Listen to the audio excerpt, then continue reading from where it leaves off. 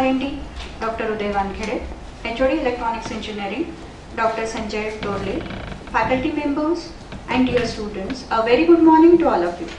I, Shubhangi Giri Punje, Associate Dean R&D, feel privileged to welcome you all to the PhD Pre-Submission Seminar of PhD Scholar Mr. Pratik Hazare, Electronics Engineering Department on topic Performance Optimization of ANN using Swarm Intelligence. Dr. Swagatam Das is currently as an Associate Professor at the Electronics and Communication Science Unit of the Indian Statistical Institute, Kolkata. His research interests include evolutionary computing, pattern recognition, multi-agent systems, and wireless communication. He is the recipient of the 2012 Young Engineering Award from the Indian National Academy of Engineering. He is also the recipient of 2015 Thomson Reuters Research Excellence Indian Citation Award as the highest cited researcher from India in engineering and computer science category between 2010 to 2014. I would like to invite Dr. Sanjay Dorle to present a floral bouquet to Dr. Swagatam Das.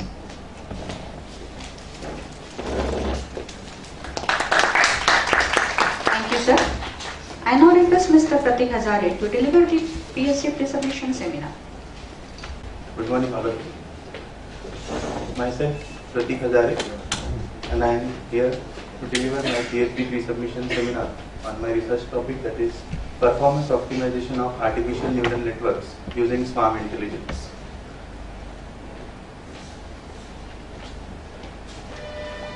Five years before, this topic was given by my supervisor, and my area of interest was digital image processing or signal processing and communication.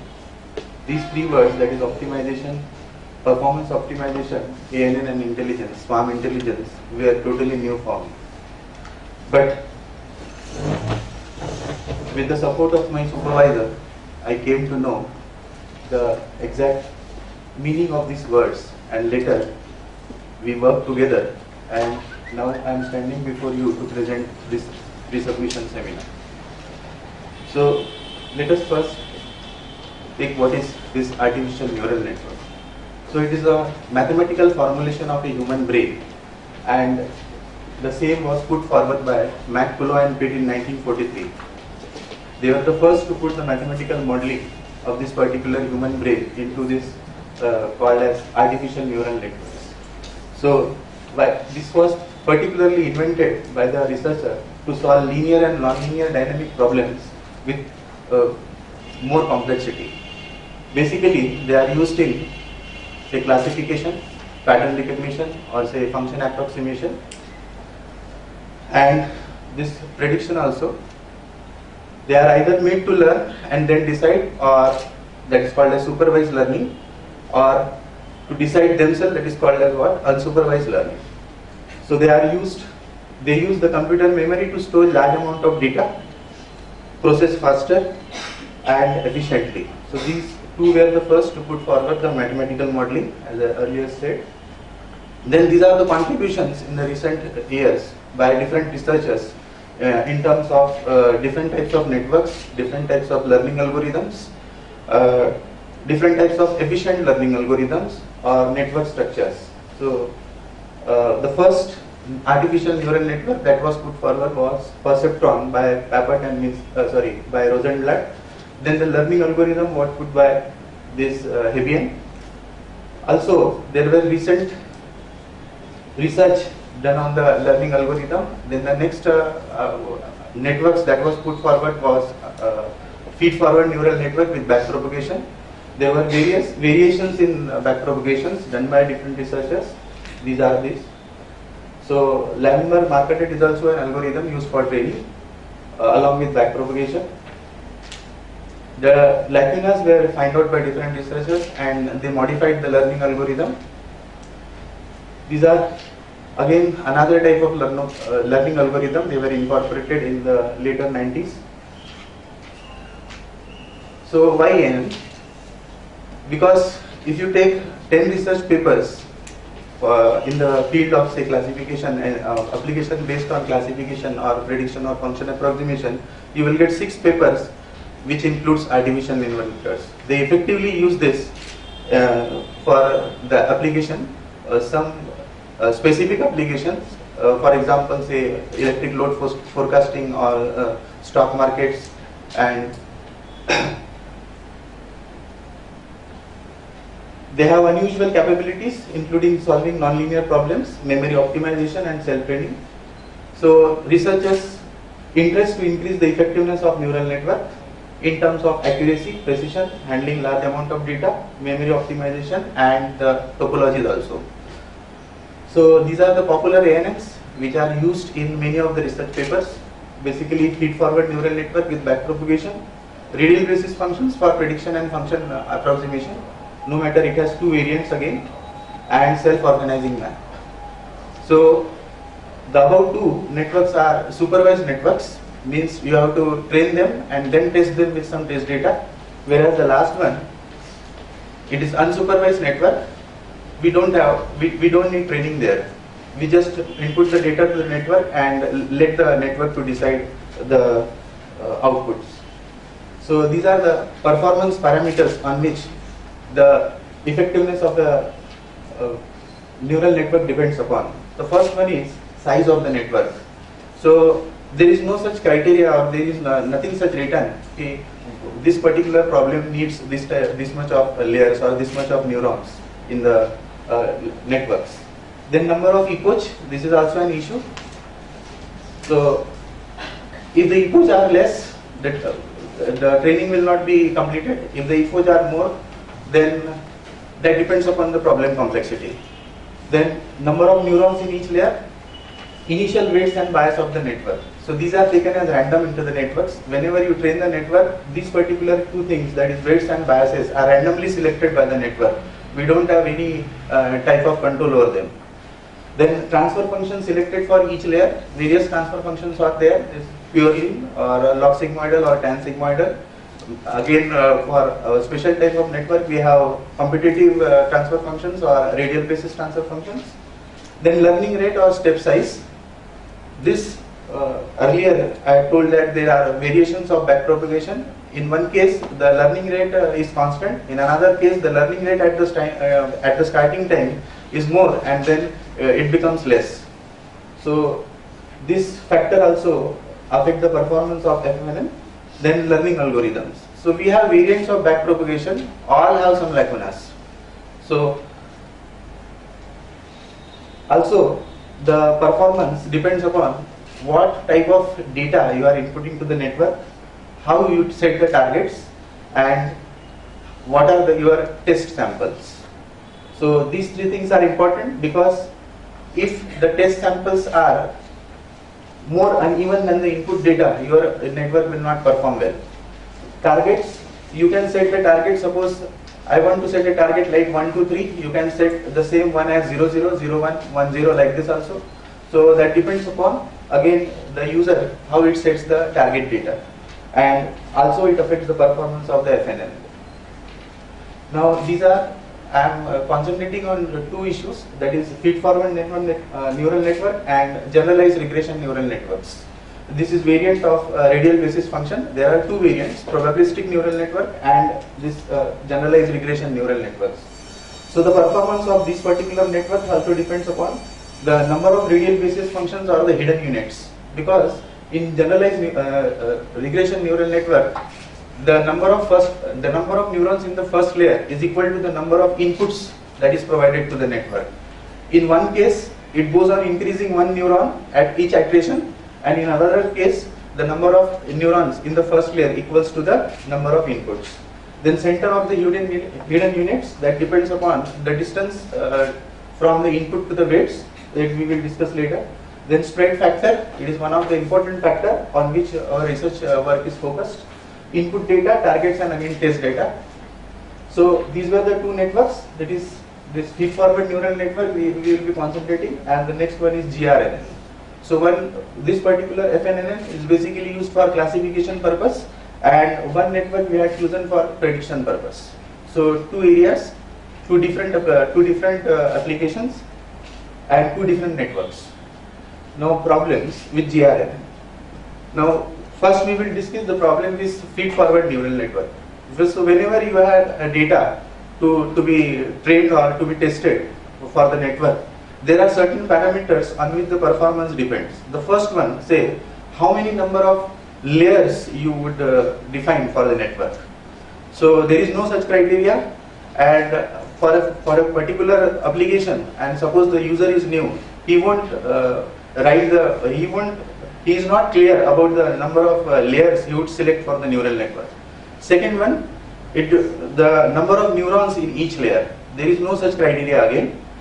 So these are the problems. Again, the learning algorithm which is used is say they are variants of backpropagation. Now the backpropagation has tendency to stuck at local minima or maxima because it is gradient based algorithm, and all of the gradient based algorithm, the versions of gradient based algorithms have a tendency to stuck at local minima or local maxima. So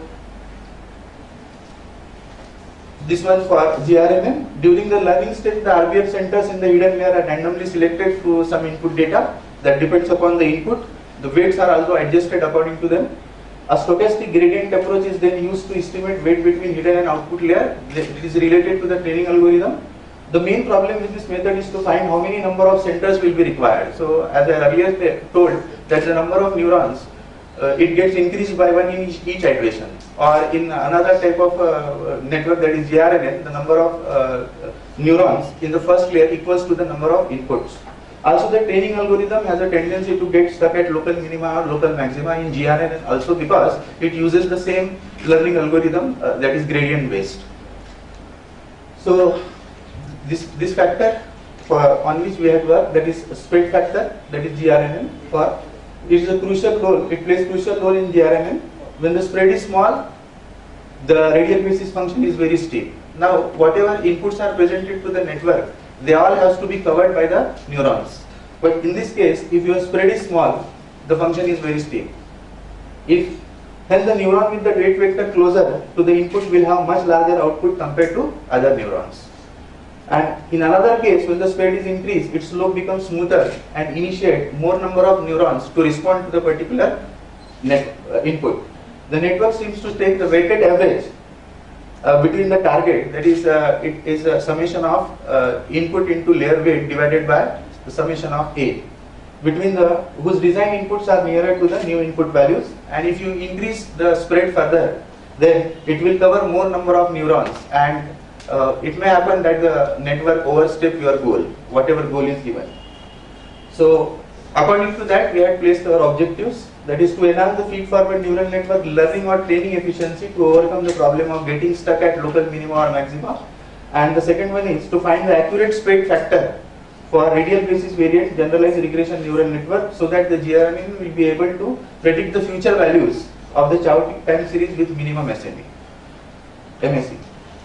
So this is the contribution we made, finding suitable initial weights and biases using particle swarm optimization and finding precise value of spread factor, and both will be accomplished using particle swarm optimization algorithm.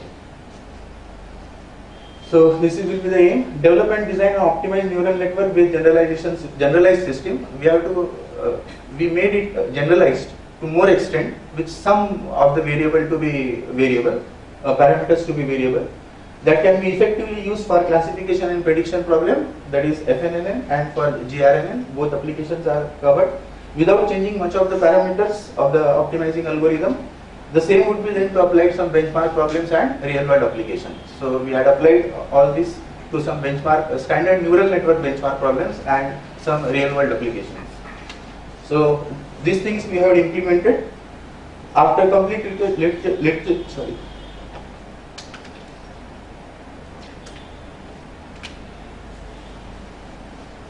NN with backpropagation was selected to be optimized first, and later on generalized regression neural networks. A complete toolbox was implemented with essential features to build multi-layered neural network. None of the components from the MATLAB toolbox was used by us. The complete toolbox is developed with own. Then PSO was selected as an optimization tool for initial guess to weights and biases. PSO parameters were made generalized after efforts from various research papers with some of the parameters to be variable. The same was tested over benchmark problem for neural networks. The same concept with slight modifications in the formula for PSO were then applied to GRNN networks. So this was our implementation. Now this is particle swarm. So using this swarm intelligence, we are having two techniques. Earlier, when I was new, I was not having so much knowledge about how many particular algorithm lies in this particular swarm intelligence. So I had taken three particular algorithms for this. One was PSO, another was ACO, and another was GA, which was what you say, evolutionary algorithm. Okay. So particle swarm, it was developed by this Eberhardt and Kennedy in 1995, and it was inspired by the social behavior of blood clotting and fish pulling. What was the problem? I was new to this particular concept at that time. I was knowing nothing about this particular particle swarm optimization. What I did, I first applied the same on some benchmark mathematical problems. Now these problems were available on the net. So I chose 5 such problems and applied particle swarm optimization on that particular 5 problems, along with GA as well as ACO also. Now this is the PSO algorithm. So we have, say, particles. Then each particle, we have to calculate the fitness value. We have to set our goal, error goal, that is called as, say suppose I want to find a function is x square plus y square is equals to 36. I want to find the value of x and y. So in that case, you have to assume that x and y are your particles. So for each particle, you have to calculate the fitness value. If the fitness value is better than the fitness value in history, that is the past value of that particle, then the current value will be the new p-best value. Again, this particle best fitness value, choose the particle with the best fitness value of all the particles, that is called as global value. For each particle, then according to the global value and according to its local value, you have to update the particle position and the particle velocity. Means we have to calculate the particle velocity first and then calculate the particle position, and this particle will move in the search space to find the best food, that is the best fitness value. So same is implemented in the flowchart. The initial random particles, no matter the particles are taken random in the search space, then evaluate the fitness value. If it finds the optimum solution, one particle can find optimum solution. If it meet the requirement, then you stop the algorithm. If it is not meeting the your fitness value, then evaluate the global best value, evaluate the local best value, update velocities, update position, and then you check whether whatever iteration you had given, it is completed or not. If they are not completed, then iterate the process. So 2 stopping criteria are here: either your epoch will be exhausted or your fitness value will be gained. Then these are the 2 formulas that is used to calculate the position and velocity. The first one is W into V plus C1 into random into P best minus present, C2 into random into G best minus present. Now the first factor is the momentum. The second factor depends upon the local best value, and the third factor depends is nothing but the global best value. So the particle velocities are changed. W is the inertial factor, the formula for which will be present in the next slide. Then C1 is a constant, the value is generalized. Random is any random number between 0 and 1. Then P best minus present, this is the present velocity of the particle. This is the P best, particle's best value of all the iterations. Then C2 is again constant. Random is again a number from 0 to 1. G best is the global best value of the particle which has the best value of all. And present is the again velocity of that particle. So now this particular position is updated as the velocity plus the current position of the particle. So these are the significance of these factors. Now this is the inertial weight that is found out. W max, that is T is the iteration number. W max minus W mean divided by W max. But while implementing particularly PSO algorithm, training algorithm for FNNN, I had changed this formula, but the same is applicable for the basic PSO algorithm. Now significance of the term, the first term stands for momentum, the second term sort of the local search, and the third term is for the global search. We have three terms here.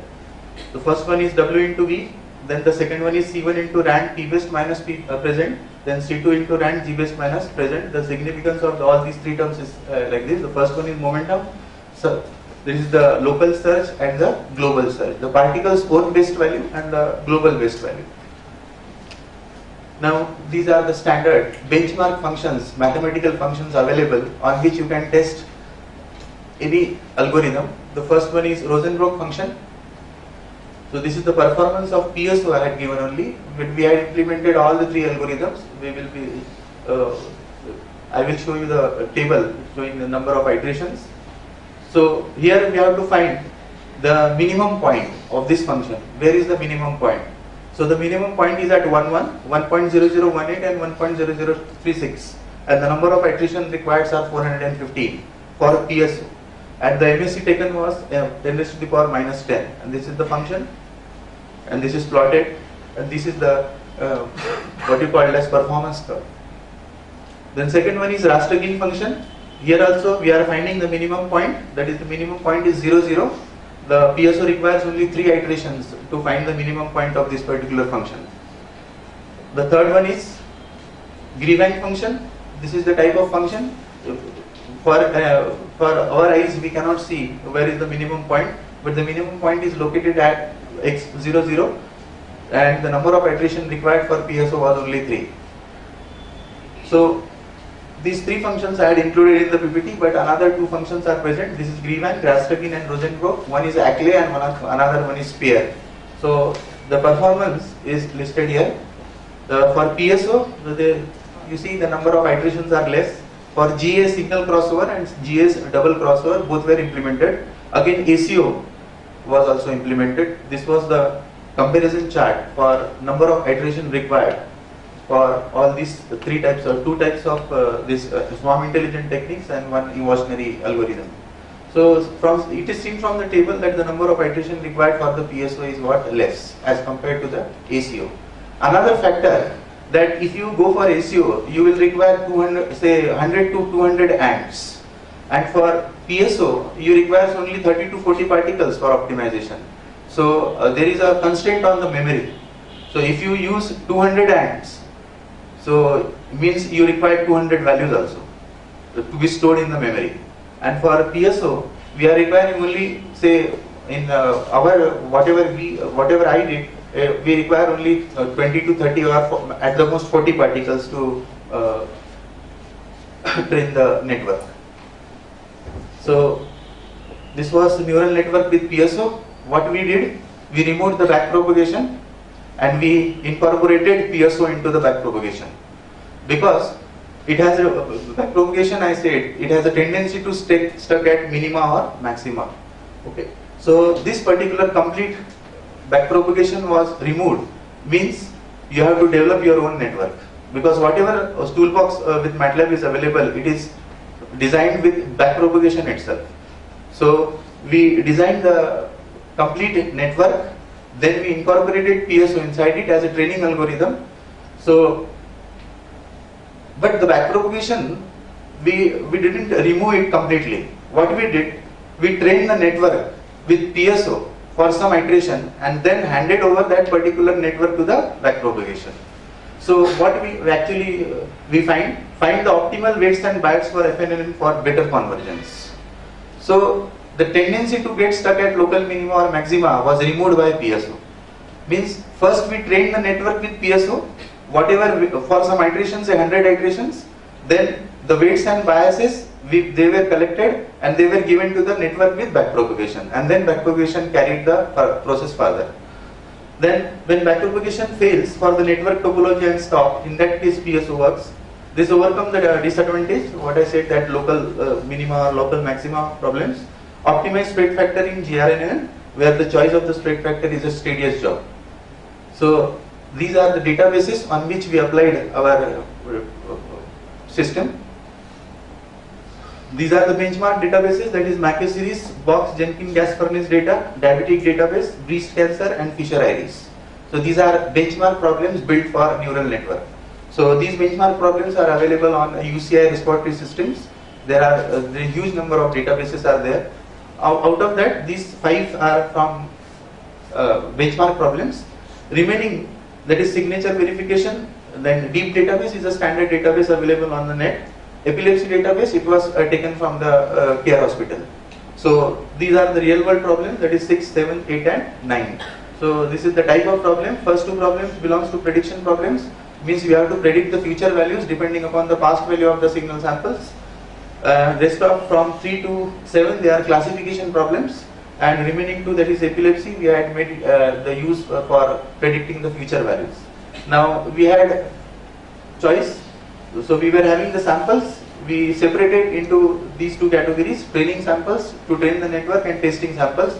For Mackay series, 500 equal number of samples were taken for training as well as testing.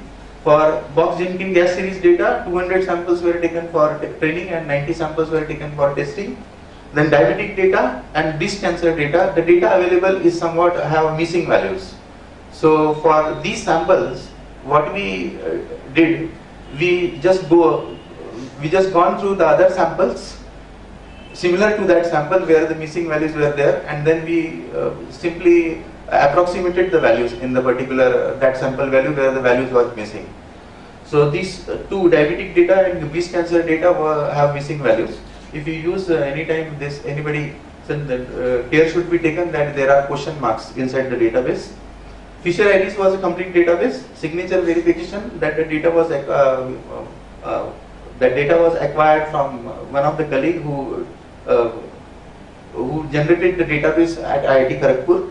Then this database is available on the net, that is deep database for emotions. 4 emotions are given. So these are the training and testing samples. So first one is Mackay series. So the predicted value was t plus 6, and the sample given were t, x of t, the current value, the past value, that is xt minus 6, xt minus 12 and xt minus 18. So 4 values were inputted, and this value was predicted, that is xt plus 6, that was the past value, the future value. So the samples were taken from 101 to 600, and the test samples were from 601 to 1100. So 50% data was used for training and testing. So this was the performance of MyFNN over this particular Mackay series. It is a chaotic time series. So actual output is indicated by red line. The output by normal FNN with backpropagation is indicated by say green line, and the output by our system, which uses the PSO weights and biases, it is shown by a blue line. So we will see the error. This is the error with FNN, normal FNN with backpropagation, and this is FNN with PSO. So this is another database, that is Box Jenkins gas series furnace data.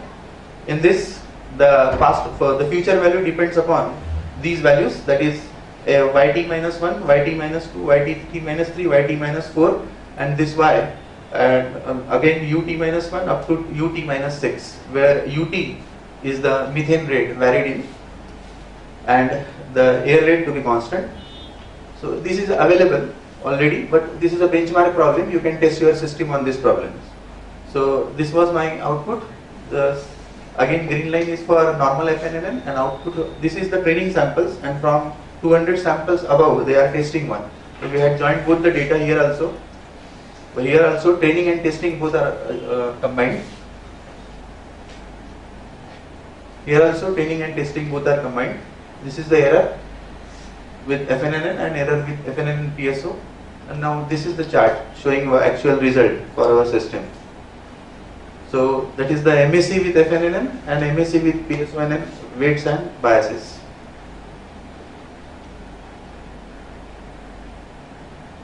So the network structure, we had one layer of 4 neurons, another layer, last layer of 1 neuron.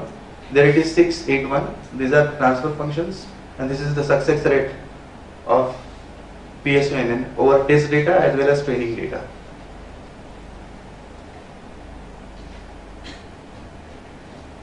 So this is again another one, that is a benchmark problem, that is breast cancer database. Two we have to detect, one for benign and one for malignant. 458 and 241 samples belongs to benign and malignant, that is normal and affected. Approximately this 75% of the data used for training and 25% used for testing purpose. Two class problem. So see, both backpropagation as well as our system, both are good in this particular way. The graph is not clear since all three graphs are overlapping, but then this is the classification rate. So I will show you the result for this. Then this is diabetic database, again two class problem. 500 and 268 sample corresponding to whether it is positive or whether it is negative. Matlab it is affected with diabetic or it is not affected with diabetic. Here are 8 inputs, and for breast cancer there were 9 inputs. 9 inputs presented to the network, 2 outputs, and here are 8 inputs presented to the network and 2 outputs. So this is again the performance of both, and this is the result. So even if the breast cancer data shows all the 3 graphs overlapping, see the difference, the classification rate with there is 19%, 96%, and here it is 89%. So 94 and 96, 80 and this 89. The same structure was used, same number of neurons in each layer, same transfer function, and same number of epochs also. And the benchmark was breast cancer database and diabetic database. It is given. They use a network structure of 9 neuron, 3 hidden layers, and that is 9, 5, 5, and last layer consisting of 2. Their MAC was 0.012. Then the MAC with PSO weight is 7.5, 10 raised to the power minus 7, and it is 0.05. It is nearer 0.05, but the network structure is very big. It is 8, 15, 15, 2, all 10-sig, and there is all 10-sig, and these are the comparison. So this is IRIS database for plants. Both shows 100%. Training is 100%, but testing here BP is less, that is 95.5, and our PSO weights and biases has got 100% result. So this is the graph for 1, 2, and 3 class problem. What Satosa, varicolor, and one more, that is 3 we have to classify. So this is the difference. Training BP met with this 100% training both, but in testing it is 95.5, and our network, our system gave 100% on testing data also. So this is the performance, classification rate, and this is a real world problem, belongs to signature verification. These are 7 individual signatures. By dilation, erosion, rotating the signatures, the database was created. For one signal, 192 samples. So for 7 signatures, again 192 into 7, that much of samples were created. This is FNNN with BP, 92% accuracy was there, and with our network it was 100%, same network and same topology and same learning. There was BP we compared with networks, 92%. Actually this 92% I got after 13 times when I execute the process. At the 13th time I got 92%, but on an average it was 82 to 88. This is deep database for emotion classification. 4 emotions are there: valence, arousal, dominance, and liking. 5 subjects data considered for classification. Total subjects are 32 in this particular database, but we only considered 5 subjects. So this is pre-processing stage. 32 channels are used for acquiring this signal, and the sampling frequency is 128 Hz. Out of these 32 channels, we selected only 12 channels. These are the number of channels: 2, 4, 7, 8, 9. So this is in order. Then we applied Debauche's 6 filter, Debauche's 6 wavelet to decompose, reduce the dimension of the signal, and 40 trials are there. But for PSO FNNN, we applied Debauche's 3, because with Debauche's 3 backpropagation was unable to train the networks very well. So for Debauche's 3, for FNNN, normal FNNN, I used Debauche's 3, and for this particular PSO FNNN, I used Debauche's 6.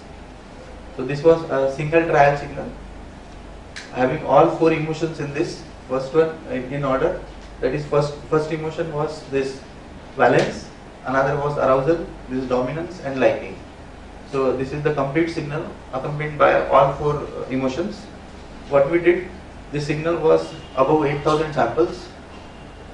So we first applied this wavelet and decomposed the signal into we reduced the size of the signal. Then we separated all those 4 signals, dividing it by 4. This is the graph pertaining to the wavelet coefficients: valence, arousal, dominance and liking. So only 32 samples were taken after decomposing. 8 level decompositions was implemented. This was the result. So this is classification rate from references: 66% for valence and arousal, and free class maximum is 51%. Deep database competition result, it is given there, that is 67%. So these were the results. Subject 1 200, subject 2 200 PSO iterations. Classification rate with BP, backpropagation, and our network, that is PSONN networks, you can see. But this is the rate at which the rate is calculated as who is nearer to the goal target. But the actual result, this is the network used, that is 1061 transfer function. 3 means TANSIC, 2 means LOGSIC, and 1 means purely. That whatever I implemented, we have to give numbers in that. Iterations was 400, goal was set to 10 raised to the power -6. The learning rate was 0.1, and the targets were for 4 emotions 1, 2, 3 and 4. Means purely function that the output was used. So this was the best result according to a paper. And the last one, it is given at the deep database competition itself, that the maximum accuracy was 67%. Now this was our result. The accuracy for training and testing was 100%. The arousal and dominance, the accuracy is less, that is 50%. Why it is 50%? You can see the graph.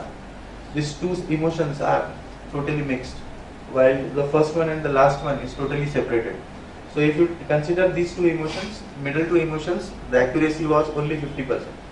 So when I trained and tested the network for so many number of times, what happens? If one gets 60%, another was 40%. So therefore an average 50-50% for these 2 particular arousal and dominance. Then the average accuracy for 2 class, it is 75%. For 3 classes, it is 83.33. In 28, reference is given. The accuracies for valence and arousal emotion, it was 66 and 66.4, and for 2 class it is 53.4 and 51.0. This was compared, and the paper, for the latest paper, was based on Bayesian classifier and supervised learning, and we used BP as well as this PSONN. This was 2012 paper. So this was the graph.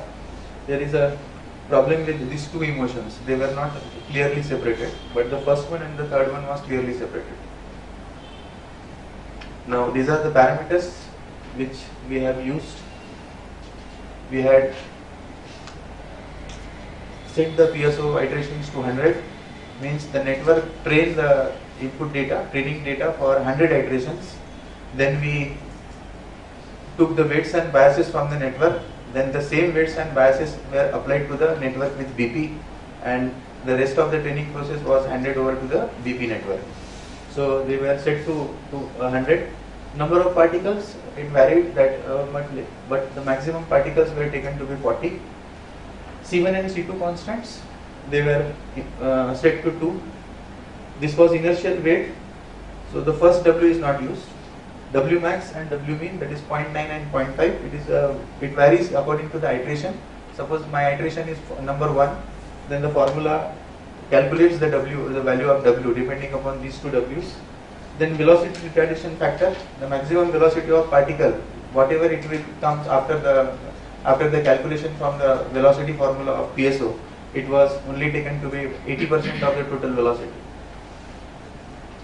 Now, after the weights and biases are calculated with the help of PSO, we use this LM algorithm. LMVP, you can also say. There is a small difference between LM and normal VP, but it is LMVP itself. So the training algorithm was LMVP for all networks, for all applications. This was the formula, W mean minus iteration. Actually, earlier in the earlier slide I showed there it is W max, and here it is divided by W max. For when I implemented the system, I found that that particular formula was not performing well for my system. So I changed it. Instead of W max, I had written the W mean, and for here it was written W max. I had maximum number of iterations. So these two ways, again here there is a change. It was velocity plus position. It is just we had a modification there. 80% of the velocity is taken into consideration while calculating the new position of the particle. So this was the MATLAB we had copied the commands.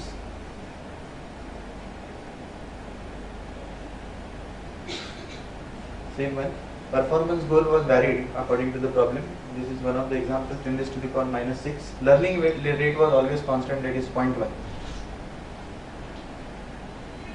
So this is for GRNN now. That was feed forward network with backpropagation. This is for generalized regression neural network. Same problem, Mackay series, and we found the spread value to be 0.037. The second one, this is random. We put a spread that is 0.05 because you cannot experimentally find the value of spread. So for comparison purpose only, we had taken a value, they say 0.05, and we had plot the performance again for 0.01. This is the error between our system and both the values, and this is the mean square error obtained. See the difference for 0.05 it is 0.001, for 0.1 it is 0.005, and for our system the MSE was 4 into 10 raised to the power minus 5. This is the difference. Automatically you will get the spread with the precise value. The same, it is applied for Box-Jenkins time series data earlier. See the precision of that particular value. Not up to 4 points, but you will get a precise value of spread. This is for, it is 0.671. This is randomly selected spread, that is 0.05, again 0.01, and this is the difference. This is 0.0057 to 577, 587. It may happen that you select a spread and it will give a better value, but always it is not possible. Then this is the epilepsy database. We had considered these epilepsies: normal, generalized, focal, slow, and brain death. And the data was collected at the Care Hospital. 128 Hz frequency, 16 EEG channels, 560 samples were recorded over a single channel, and 20 second data was taken. This was from the research paper, one of the research paper, how to prediction of the UT value depending upon the past 5 values. So it was 5 by 495 and 5 by 1500 for training and testing both. 1500 samples were taken for training and 495 samples were taken for testing. Now this is what we get. Spread, PSO spread, predicting the chaotic time series, exact replica. So you can look at this. Best fit factor was 0.014 and the mean square error was 0.006. Then for this is general epilepsy. This was for normal state. This was for general epilepsy. See the randomness of the signal. This was again the best fit factor we got 0.09 and the mean square error is 0.05, and this is for only 10 iterations. If I go for 20 or 30 iterations, again you will get a precise value. So this for focal epilepsy, again my mean square error is 0.07 and the best fit factor is 0.07. Automatically it gives the it outputs the it updates the spread factor per iteration. See, this is again a chaotic time signals. It is exact replica again. This is the spread factor, and that is minimum square error. These were the MSE and spread factor for all this. Normal, this is MSE and this is spread factor. You cannot calculate the spread factor experimentally.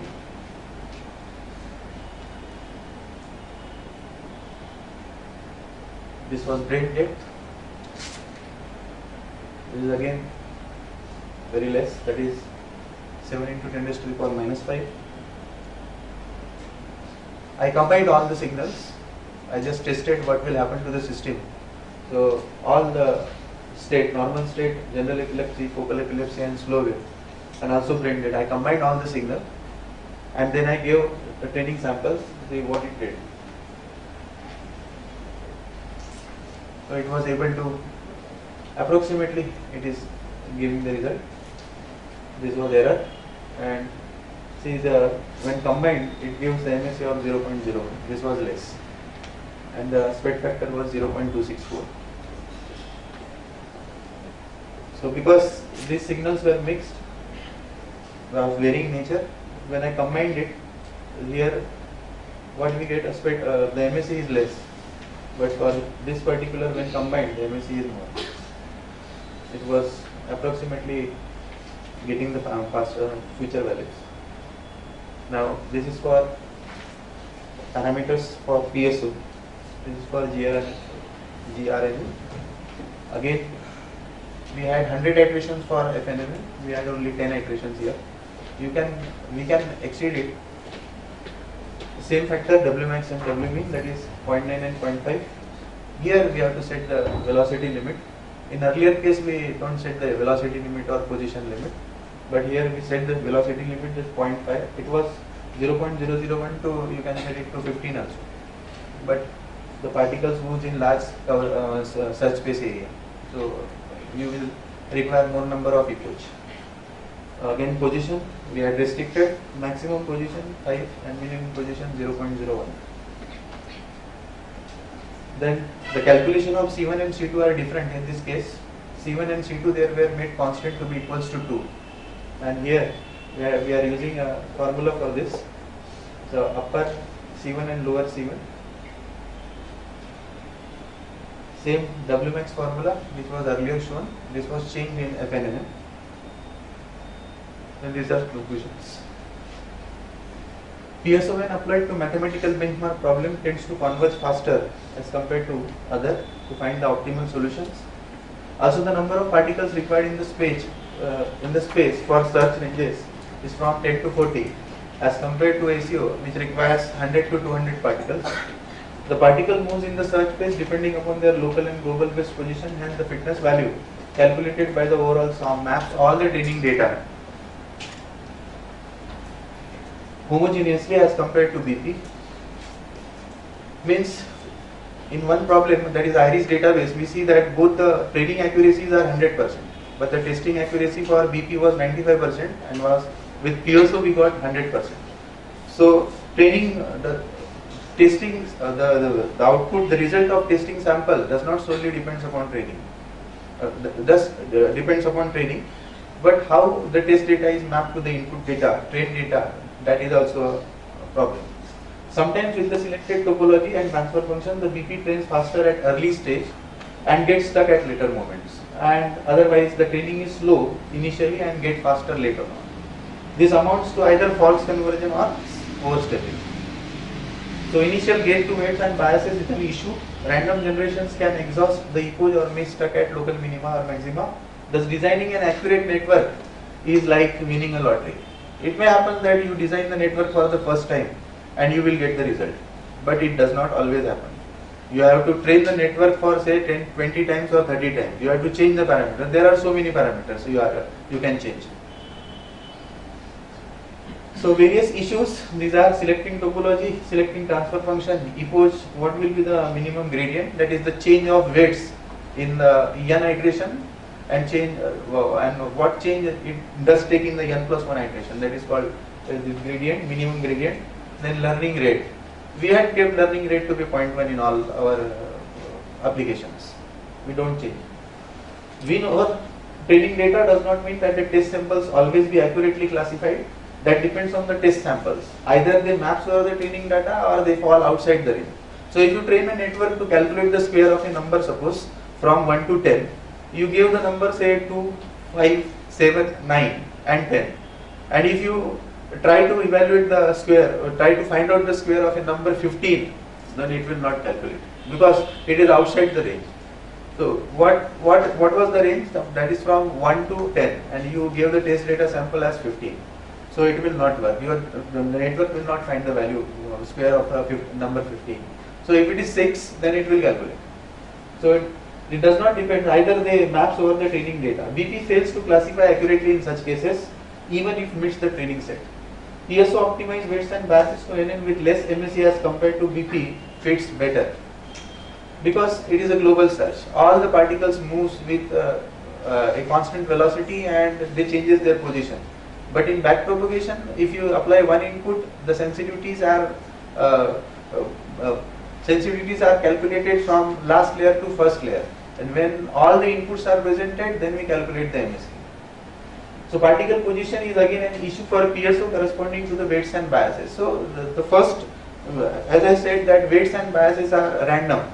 We don't set the weights and biases of any network. In this case, if I apply PSO, the position of the particles are random. But the problem is, it is seen that when the particles are scattered over a wide range, that is wide search space area, the algorithm converges all the particles towards the best particles in mere 2 to 5 iterations. It can happen that your first value will be 35 and after 5 iterations it comes to 4. So in BP only one set of weights and biases is updated at each iteration, therefore failure leads to retraining and confusions. PSO guaranteed that at least one set would push the network nearer towards goal and the rest will be handed over to the network. Number of hidden layers and number of neurons in each layer is not a simple calculation. Wrong choice to the network always leads to failure of the network. PSO works in the worst case also not accurately but can provide a guess to the network size and epoch. If you run for PSO, if you will not get any answer, then it provides a guess that what will be the structure of the network.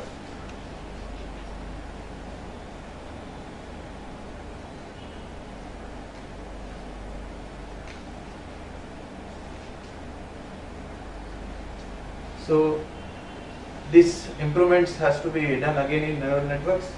Speed doesn't matter because we had restricted, I had told that we require only say 40 particles. If you go for ACO, you require 100 to 200 particles. Learning rate we had kept constant, there is no issue. Memory optimization, again that depends upon the number of particles, weights and biases that we assume. So this third issue is also covered. Transfer function, there are only few transfer function. There is a scope that you can define your own transfer function for a specific problem. Number of neurons in the layers, this is an issue still pending because nobody knows how many neurons you would take in the hidden layers. How many hidden layers you will take? There is no such theory written. It's just an approximation. You just design the network and you just run. If it works good, then it is good. If it does not work, then it will be a boring issue or a tedious job. So first two can be the scope of this work. That is, you can decide the topology of the network. There should be some algorithm to decide depending upon the training and test sample what type of network I should choose. and number of neurons in each layer. These were my publications. So earlier, when I used Mackay series and Jenkinson box series or breast cancer data and diabetic data, I was not knowing the benchmark. So without any benchmark, I just forwarded the paper to Indus Science and it was accepted after 3 months. Because different researchers use different parameters for this benchmark problems. Since we used MSE, paper shows that is RMSE, that is root mean square value, or normalized mean square value. Some wrote in terms of speed, some wrote in some terms of another parameter. So I didn't compare with anybody else. So in breast cancer and diabetic data I compared. For Mackay series and Jenkinson box series I didn't compare with anybody else. Just I submitted the paper and it was accepted.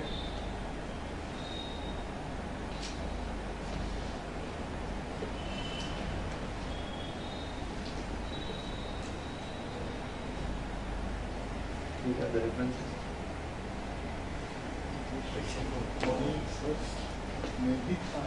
First questions from the audience.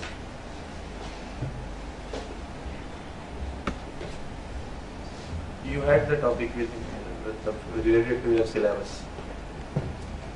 We had feed-forward neural network, perceptron networks, multi-layered network, or any other network. You can ask.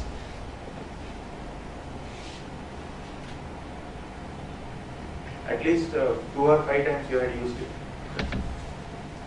I have a question. How will you decide first the optimization technique for any such application? I mean, there are a lot many optimization techniques. Okay, so and lot many applications also. Means in wireless, in image processing. So how will you decide first which optimization technique is best? Yeah. For that purpose, what we did. See, in our university, we decide the topic first, and then work. It's okay, but the title is generalized, no? Yeah. We said the title is generalized optimization technique, suppose. So these. So how will you decide which optimization technique is good one? Yeah. Or which one? See, is there any condition to choose the which optimization? Because this is a neural network, I think. So. Yeah. So neural network, I think genetic optimization. As per my knowledge, genetic optimization is very much suitable for a neural network. I heard about. Different researchers, what they had done, they had taken a specific application, say load forecasting, or say in image processing. They had written some specific application. On that, they what they did, they used a neural network and then try to optimize according to that application. My toolbox is not meant for that. My toolbox is base toolbox. You can apply to any application. So that's why when we found that backpropagation has a tendency to stuck at local minima or maxima, so our concentration was totally to remove backpropagation from that. So what we did, we first studied these networks, these particular optimization techniques, that is PSO and ACO. So what we did, that's why I had shown you some results corresponding to that one. See this one. These are, sir, very difficult functions to estimate. So we applied this particular function on these benchmark problems first. Find out what will be the performance of this particular system, and then we incorporated PSO inside the neural network. Now this is not related to a neural network. These are benchmark mathematical problems only.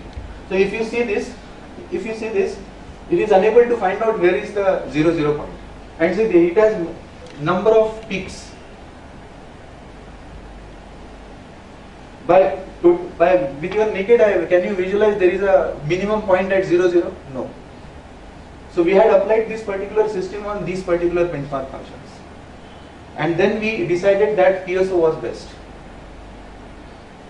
And since we had written the topic named Smart Intelligence, in that these two are covered, that is ACO and PSO. So this was not related to our project. Then also we implemented the system. I had written a separate algorithm for all the 3 cases. That is genetic algorithm, PSO as well as ACO. Then applied to these benchmark problems. I had shown only 3. There are a number of benchmark problems. I had applied on 5. Ackley and Spear also. That is not included. I had the results in my thesis. But these are the results. The PSO is performing better. And ACO, there is a memory optimization also. If you take ACO, you will require 200 ants to search the food.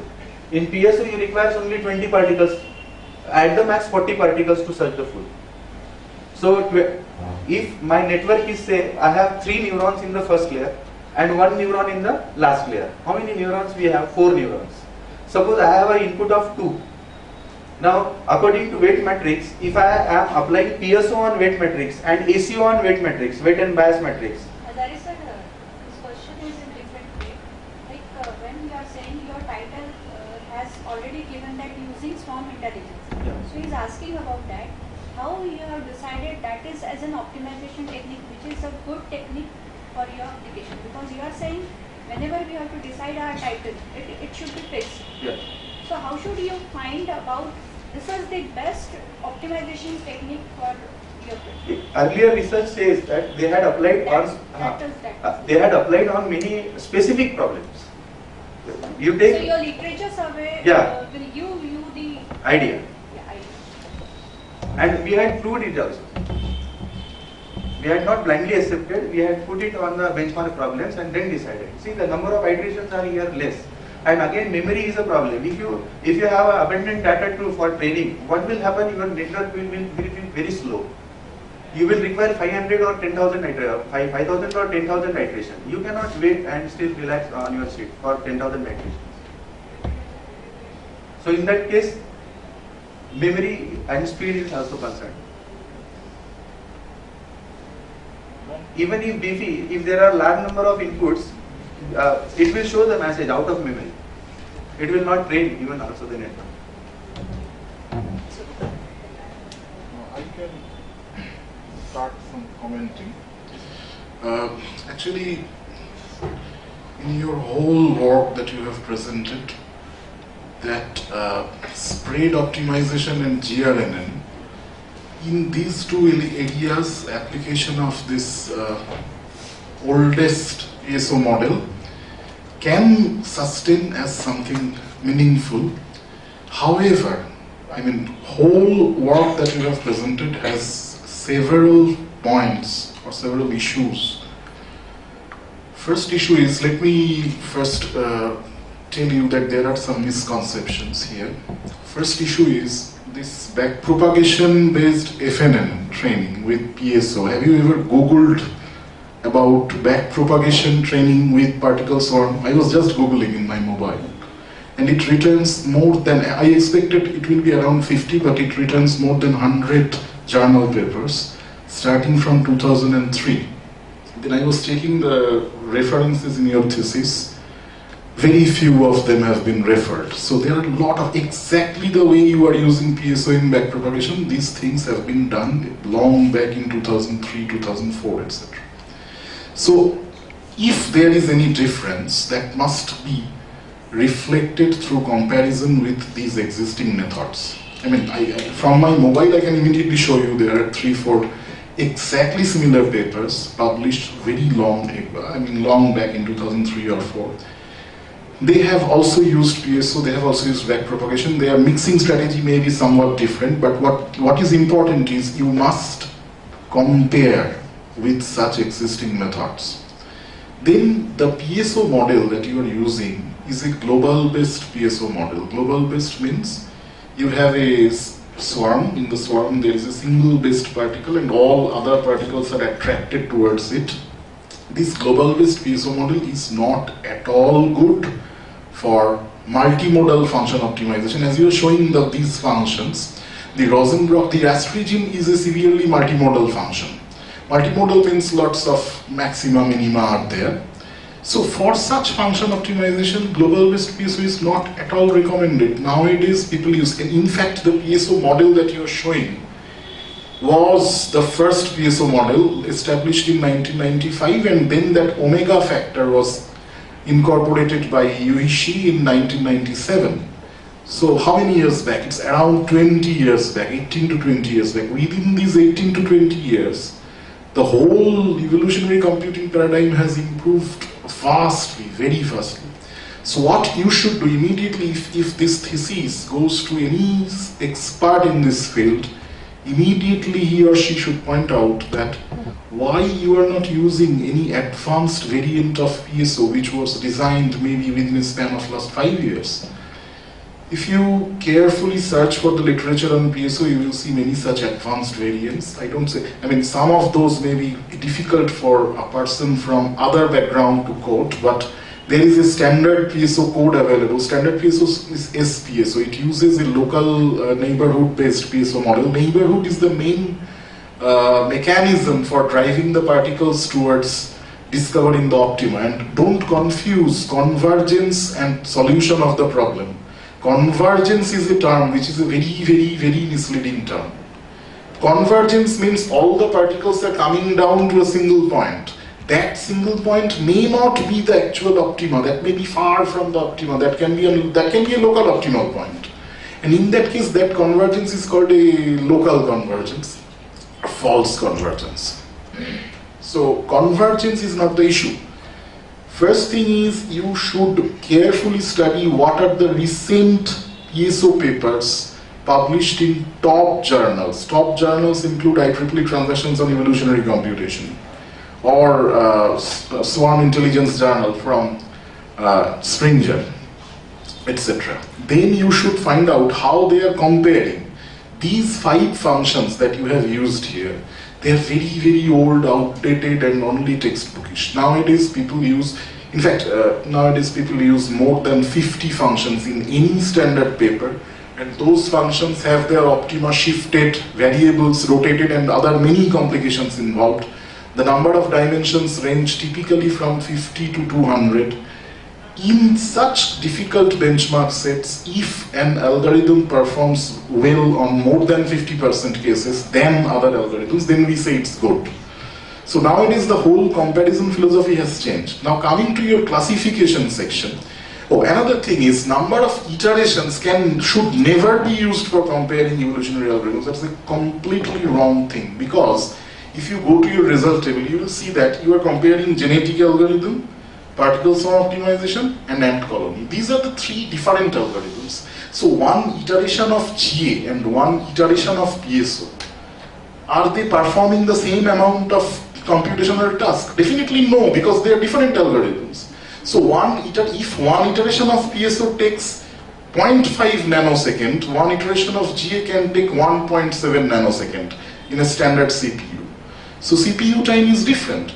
So what we do is, for comparing different evolutionary techniques like PSO or GA or whatever, we generally note down how many times the fitness function or the objective function is being evaluated. That's called number of FEs, function evaluations. And it has, if it is such that in each iteration a particle is exactly once evaluating its objective function, then if you have n number of particles and if you have g number of iterations, then your number of FEs is perfectly n into g.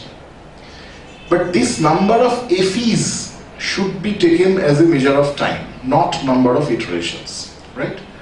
Then again, leave out these 5 functions. In fact, I would suggest don't give these 5 functions in your thesis. If you want to give a benchmark study, then do it like a benchmark study. Consult the Congress on Evolutionary Computation, IEEE CEC web pages. They have, every year they organize competition among evolutionary computing techniques. And you can see they provide MATLAB codes or C codes or Python codes of long benchmark sets comprising of 20 to 25 difficult functions, so that people from diverse areas can run their algorithms on them. Also, I would suggest don't compare with ACO. I don't know how you implement ACO in this case. ACO is by default a combinatorial optimizer. Combinatorial optimizer means it works only on graph-based problems which can be formulated in terms of graphs. GA is also like that. For your GA, are you using a binary encoding? Yeah. This is completely wrong, because if you use binary encoding, then obviously there are quantization errors. because your problem is a real parameter optimization problem. Your variables are real numbers, and you are trying to convert a binary bit string into a real number. When you try to do that, there will be large quantization errors. You understand quantization error? I mean, actually you are approximating that real number. The original number are taken as integer numbers. Then only for crossover and mutation we are transferring into binary. Why you should take the original numbers and integer numbers? Because these functions, suppose the Rastringent function, the x1, x2, x3, all the components of the vector x, all of them are real numbers, isn't that? So what you should do is, if you want to show some advantage, you should compare with other inherently continuous parameter optimizers. There is a long group of algorithms called real coded GAs. Those are not binary coded. Real coded GA you can compare with real coded GA, but they are still very old. Recent good real parameter optimizers are differential evolution or D, artificial B colony algorithm or ABC, and CMAES, covariance matrix adaptation evolution strategies. So you can go for comparing all this. Now coming to your classification technique, as I said that GRLN spread factor, that part is novel, kind of novel.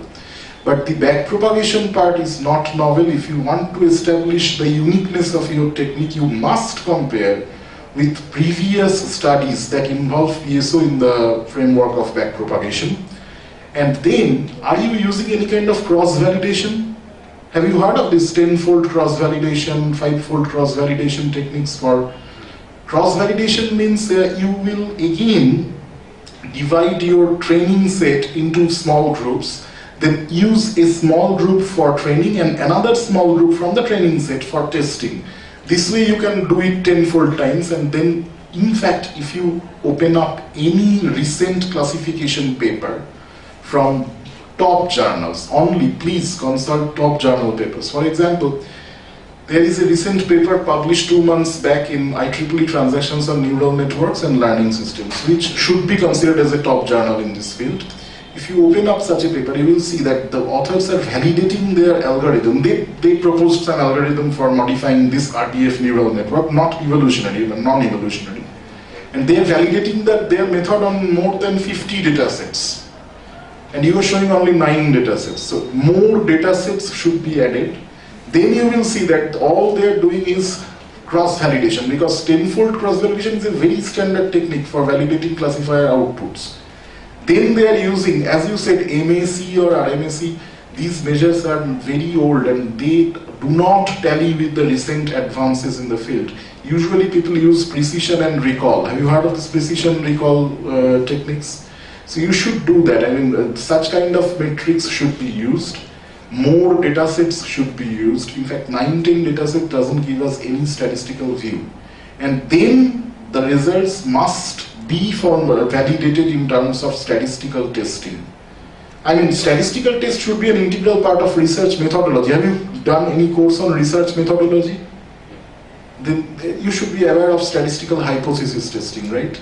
So your results should be validated on the basis of statistical hypothesis testing, like, I mean, non-parametric Wilcoxon's test or Born-Fenner-Eaton test or Holmes test, etc., etc. I will suggest some of these things in writing to you so that you can improve it. I mean, it's okay, you have done some work, you have developed a toolbox, that's okay, but academically the thesis can be made a lot stronger by incorporating these suggestions. Thank you. Sir, what I want to say. Yes. I had gone through various variants of PSO, but what the researchers did, they had applied their particular system on one application only.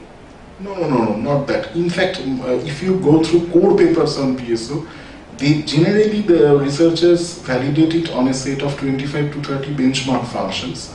And benchmark problems are expected to capture different complexities of the real world problems, right? So, in fact, after all these, there are several variants of PSO. I mean, the number may be some 5,000 plus. After all these were happened, the developers of PSO, including Jim Kennedy was a developer, Kennedy and Yuishi and Maurice Clark, these 3 persons developed a standard of PSO, standardized PSO. That is called SPSO, and SPSO is very easily available on a single Google search. The whole MATLAB code is available. So they recommend that this PSO is that is a basic PSO, but with neighborhood topology. Okay, that's called L-based model and some other parameter adaptation techniques. They recommend that this is the actual PSO that people should use for different applications. In fact, all these are black box optimizers. Black box optimizer means it should give you a statistically well performance on a wide set of problems. You are using basic PSO. Basic PSO is not at all good for many problems. Somehow here it is working. It may happen that it may not, and your point is backpropagation is stuck at local optima. PSO is a global search technique, but the problem is this basic PSO is also very much prone to stucking in global optima in many cases. So what we did, we are not trying to train the network complete with PSO. I understand that. You run backpropagation, you use PSO as to generate the initial seeds for backpropagation, then run backpropagation for some time, then again switch to PSO, etc. No. First PSO and then... Then first PSO, then you generate some good points. Some weights, whatever weights. Some good weights. Weights and biases. It will take the network to at some mirror point and then add with the same weights and biases as an initial weight to backpropagation. Okay, fine. So you have a strategy of mixing these two. My point is there are a lot of other studies.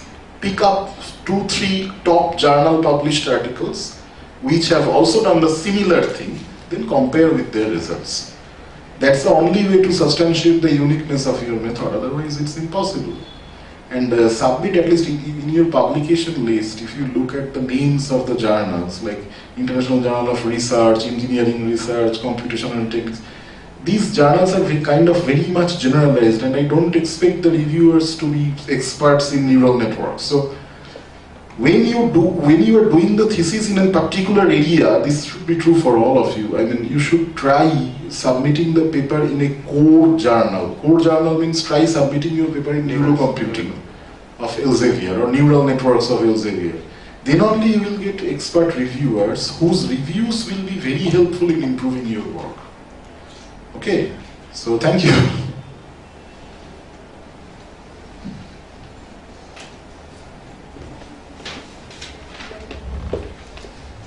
Any questions from students? PG students?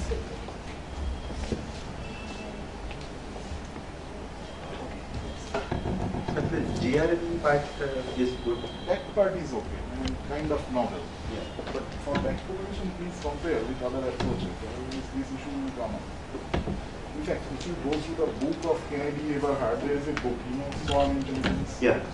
That book also reports they are training the same for neural networks, so for some battery charging problem. And so starting from 2003, there are many such things. So what you should do is you choose 3-4 such papers and then compare with their results. Similar. If your results are better than that, then you can say, I am doing the same thing but in a different way. So I have some uniqueness. Otherwise, you don't use that. In the sense, I think that is the book, one of the There is in the sense some granular computing, that one is good. But though other journals are very general, you should not rely on the review and outcome of those journals. Actually, I had Try submitting one to neurocomputing. we have submitted some paper. Our main focus is there are couple of players and they are taking the benchmarking problem of some sets as per their parameters. We want to make it general, like that's fine. Just like the neural network, they have various tools. So he has developed a code. So basically right now we have trying out number of problems. Let us see as per your comment, we'll check the results on the... Try to report more data sets.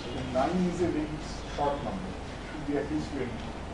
Yeah, you see those repositories, and that's how you are collecting the data. UCI repository. UCI repository, there are many more data.